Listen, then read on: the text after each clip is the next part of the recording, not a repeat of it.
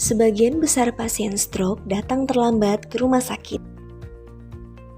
Padahal, penanganan yang tepat pada jam-jam pertama bisa mengurangi angka kecacatan dan kematian akibat stroke.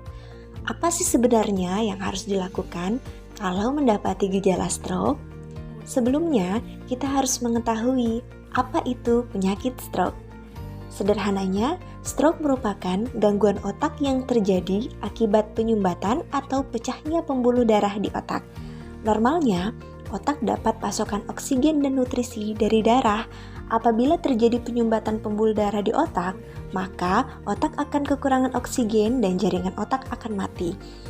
Atau kalau tekanan darah terlalu tinggi akan menyebabkan pembuluh darah pecah. Kedua hal inilah yang menyebabkan terjadinya stroke. Lalu, apa saja sih faktor risiko penyebab stroke? Di antaranya konsumsi makanan berlemak, minum minuman beralkohol, orang dengan riwayat jantung seperti penyakit jantung koroner, orang dengan tekanan darah tinggi, diabetes, riwayat stroke dalam keluarga, kolesterol tinggi, obesitas, dan merokok. Bagaimanakah pencegahan stroke?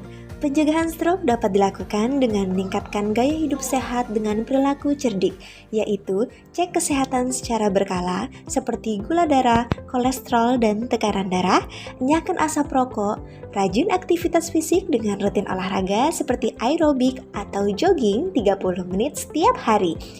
Bagaimanakah tanda gejalanya? Mari kita pahami dengan singkatan segera ke RS, yaitu jika mendapati pasien dengan senyum tidak simetris, gerak separuh anggota tubuh melemah tiba-tiba, bicara peloh atau tidak dapat berbicara atau tidak mengerti kata-kata, kebas atau baal, rabun, sakit kepala hebat yang muncul tiba-tiba, dan gangguan fungsi keseimbangan. Apabila terjadi tanda gejala tersebut, penderita harus dibawa segera ke rumah sakit. Jika penderita terlambat dibawa ke rumah sakit lebih dari 3-4,5 jam, maka gejala stroke akan bertambah berat. Berikut obat-obatan yang biasa diberikan kepada pasien dengan stroke.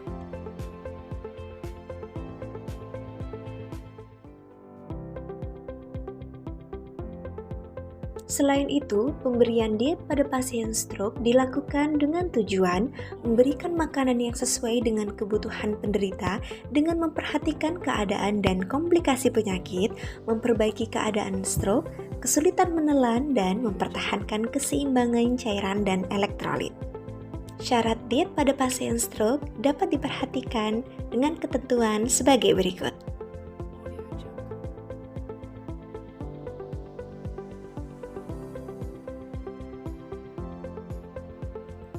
Hal yang harus diperhatikan pada saat memberikan makanan pada pasien stroke adalah dengan memperhatikan fase akut dan fase pemulihan pasien. Pada fase akut, saat kesadaran menurun, makanan diberi melalui parenteral atau melalui pembuluh darah dan dilanjutkan dengan makanan enteral atau melalui NGT. Sedangkan pada fase pemulihan, pasien sudah sadar dan tidak mengalami kesulitan menelan, makanan diberi melalui oral secara bertahap dalam bentuk cair, lunak, hingga makanan biasa.